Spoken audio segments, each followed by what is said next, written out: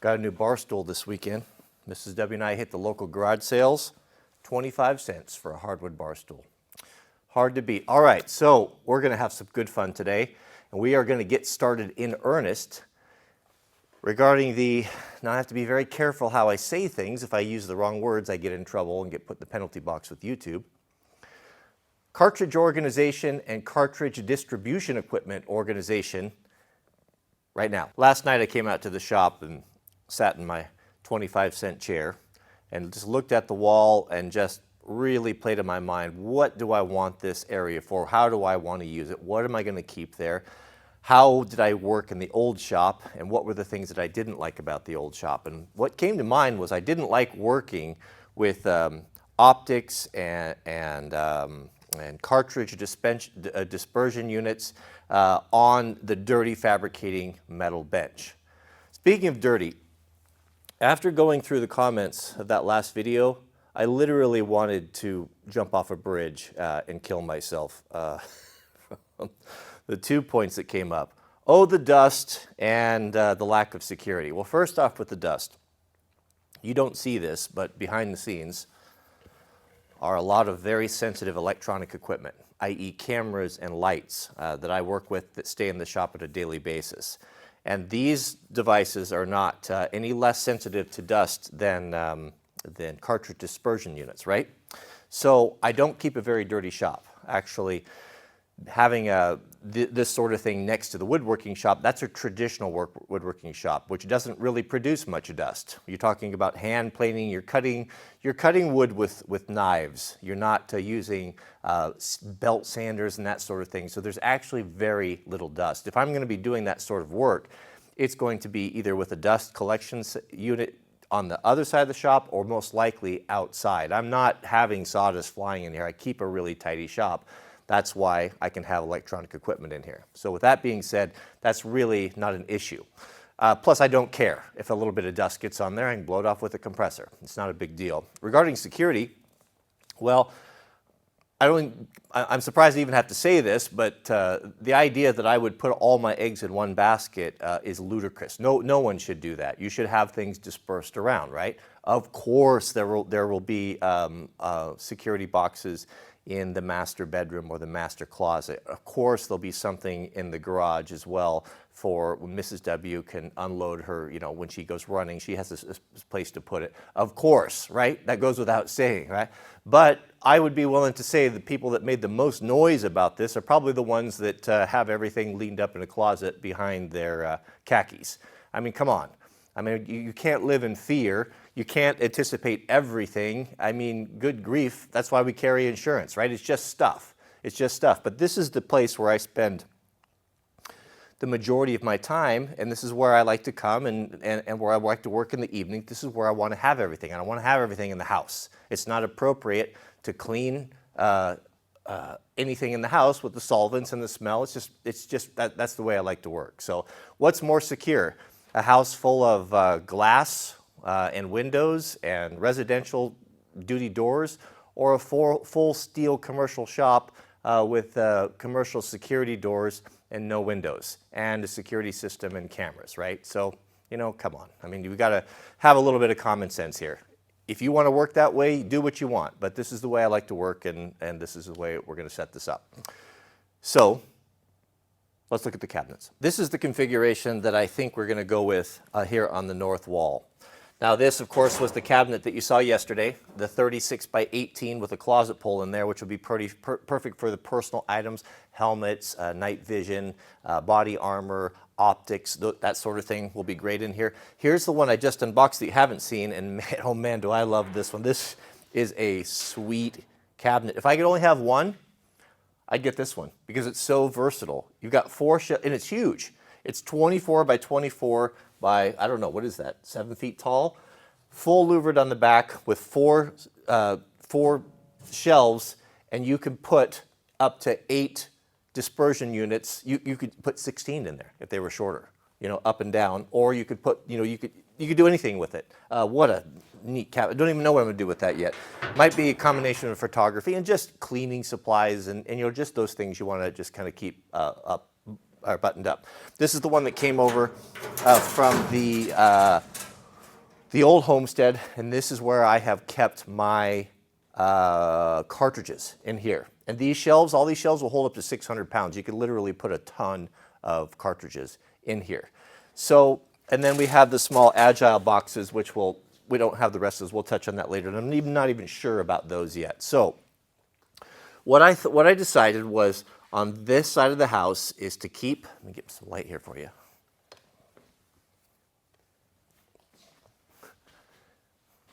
Keep the fabricating over there with the vehicles and have a belt or a bench that's going to be softer or something.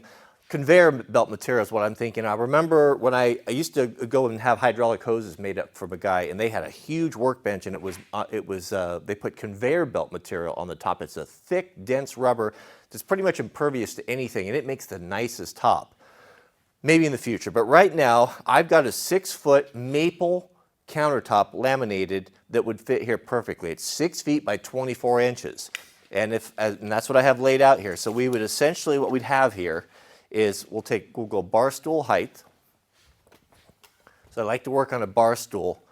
Working on a bar stool is kind of nice when you're up and down a lot. If you sit down in a chair, the problem with that is if you're up and down getting in cabinets and fetching things, it's very slow and you have to get up and down, up and down. So bar stool height is a little bit nicer. So you're working right here and you're like, oh, I need a cleaning rod. You come over here, you're up, you grab what you need, and it's easy and just comfortable to work. So we'll set that at this height. So to make this bench top is going to be quite simple because the cabinets are so robust. They're 16 gauge steel. We're going to take some aluminum L-track right across here and across the back, and we're going to set that right on there. And we're going to bring these boxes out about 3.5 inches so that we can have electrical outlets behind them. Why is that important? Well, we want to run that conduit, that surface mount electrical across the back and put boxes behind them so that we can have one switch that we turn on, let's say right there by the bench, that will light up nice LED lighting inside of all those cabinets, because those cabinets are big and they get kind of dark. And I fooled around and fiddled around with those silly motion detector battery ones, and you're constantly putting batteries in them, and they're not ideal. So we're going to wire them with power inside. Not to mention that this cabinet, for example, might be the perfect place to put all of our batteries in there. So the battery chargers and the radios, and those can be plugged up and charged all the time. So when you need a radio, you open it up, it's on the charger, it's ready to go, and it's secure. And they're always in the same place. It's all about, I don't want a sloppy, messy shop like I've had in the past. I want a place, if I don't use it, if it's not something that contributes to the way I work or my lifestyle, then it's gone. There's a few sentimental things I'll keep around, but by and large, I'm only having things in the shop that I actually touch and use because I want to simplify life. I don't want to have a bunch of clutter. I want to have things neat and tidy. Another design element I'm thinking of incorporating into this is take a look at these louver panels right here, right? So we talked about, you can get those small louvered panels that you can put in the back of gun safes, or guys use them on the back of walls. And what they do is they receive all of the accessories. And another thing that they receive that's nice are those little acra bins, those little plastic bins like you see in warehouses for organization. Well, those fit perfectly in these cabinets. So what I think we'll do is once we get the shelf installed right here, or the countertop installed right here, we'll line this wall with those louvered panels. Now this will give us lots of different options. So one thing that's kind of nice is what I find is, I'm always changing things around, and I build a lot of we do a lot of builds. And so when you take your cartridge dispersion units out, sometimes you'll have 1, 2, or 3 that you're kind of mixing and matching things on, and they're laying all over the place, and I've even knocked one off a table one time. Now we'll be able to set up a couple of the saddles right here. You can lock them right in place so they're going to be secure while you're working on them, right? Just a little thing. Also, you can keep your tools, let's say for your builds or your cleaning rods or your solvents and stuff in those acra bins, and all those things can be kept secured, and you can bring them out and you can snap them on when you want to work. Maybe you use them so often that you just leave them all the time, but it just gives you a really clean, simple shelf system. I think right here, this is going to be, this is not just one-dimensional either. This is going to be the place that when you're hanging out in the shop and you've got your laptop and you're watching your favorite YouTube creators, which is what I like to do when I get a new optic or something, the first thing that I do is go on YouTube and find someone else who is reviewing one or installing one, and I feel like we're kind of hanging out together. It's just something I do. I think a lot of guys like to do that. So you have your computer here, and this is just going to be your home away from home. When the wife wants to get you out of her hair, and you come out here, and this is typically where I like to spend the evenings anyway. And then some of the more used tools will be out here. Maybe just a full basic set of Phillips standard screwdrivers. We can hang our Torx, Allen wrenches and stuff, so that when you want to be a hero and fix some broken appliance or your wife's toaster or something, this is going to be the place where you're going to do those things. Maybe a little soldering station, just that sort of thing where you're not getting over into the heavy bench and all that, where things are just kind of handy for those commonly used tools. Maybe a set of wrenches, small set, metric and standard, that sort of thing. I'm just thinking, so that whole wall will be there. And also, for me, which is another thing that I'm kind of looking for, is I want to have a nice looking backdrop for videos if we do gear reviews and such, and to have a big roll around table that I can park in front of all this will leave a nice backdrop and look nice and clean too. So there's more than one reason for me to do it, but yeah, that's kind of the idea of what we're going to do. So the first thing I'm going to do, and we'll probably start this in tomorrow's video, is we'll start bolting everything together and bringing everything out off the wall. Now we need to bring that off the wall because we have to have room for the electrical to go behind it, and start setting up and getting those electrical boxes and all of that in place. We'll place all of our boxes. We'll have a lot of plugs here.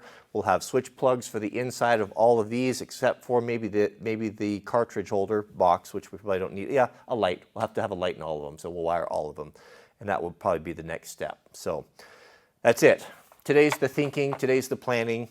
Let me know in the comments what you think, if you have any suggestions. Also, one thing I was going to ask you guys, I know a lot of folks recommended the Lockpicking Lawyer. I've watched some of his videos, but I don't know if you can recommend who makes the best padlock, right? That's what we need to know. I'd like to find out if you know something, because I know some of the stuff that I've bought at Home Depot and such are not perfect. And of course, we know padlocks are nothing more than a device for keeping honest men honest. If anyone's truly motivated to have your things, they'll have them. I'm not worried about it. It's just keeping the honest men honest, right? All right. Well, thanks for watching. Let me know. Give me your recommendations. Please keep my family in your prayers. We'll be praying for you, and we'll see you guys on the next videos.